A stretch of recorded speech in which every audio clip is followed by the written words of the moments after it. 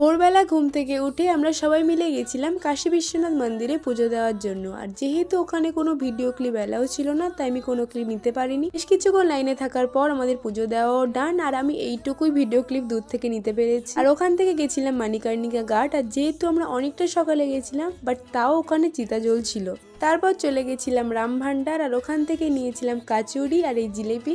Opposite এই দোকান থেকে নিয়েছিলাম মালাইও, আর এটা না খেতে সেই ছিল। আমি পরের একটা মিনি ব্লগে তোমাদের সঙ্গে এটা শেয়ার করবো। তারপর ওখান থেকে গেছিলাম শ্রীজির মালাইও খাওয়ার জন্য, আর এটা না যতটা ফেমাস ততটা ভালো ছিল না, মানে আমাদের ভালো লাগেনি।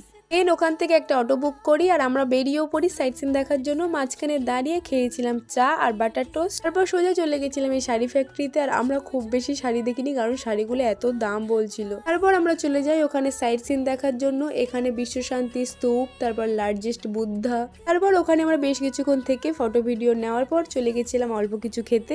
খাওয়া দাওয়া সেরে আমরা গেছিলাম এই সারনাথে। আর আমি না এই সমস্ত কিছু তোমাদের সঙ্গে লং ভ্লগে শেয়ার করে দেবো, তাই খুব বেশি ভিডিও ক্লিপ নিতে পারিনি আমি। আর এরপর এখান থেকে গেছিলাম সারভেদ মহামন্দিরে। আর এই মন্দিরটা নিয়ে তো ডিটেলসে আলাদা করে কিছু বলার নেই, তোমরা সবাই কম বেশি জানো। তাহলে এক ঝালকে তোমরা মন্দিরটাও দেখে নাও। আর মন্দিরের পিছর সাইডটাতে এখনো পর্যন্ত কাজ চলছে। আর ওখানে বেশ কিছুক্ষণ থাকার পর আমরা যাই দিনা চাট ভান্ডারে। বানারসে এসে চাট খাবো না তা কি হয়, সব চাটই একটা করে নেওয়া হয়েছিল। আর টমেটো চাটটা সবার জন্যই নেওয়া হয়েছিল। এরপর এখান থেকে চলে যাই দশাশ্বামেধ ঘাট।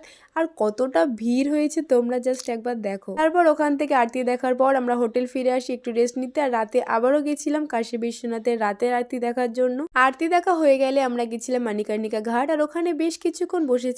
তো এভাবেই কেটেছিল আমার বারাণসীতে দ্বিতীয় দিন। তোমাদের মিনি ব্লগটা কেমন লাগলো জানিও। দেখা হচ্ছে অন্য একটা মিনি ব্লগে। টাটা।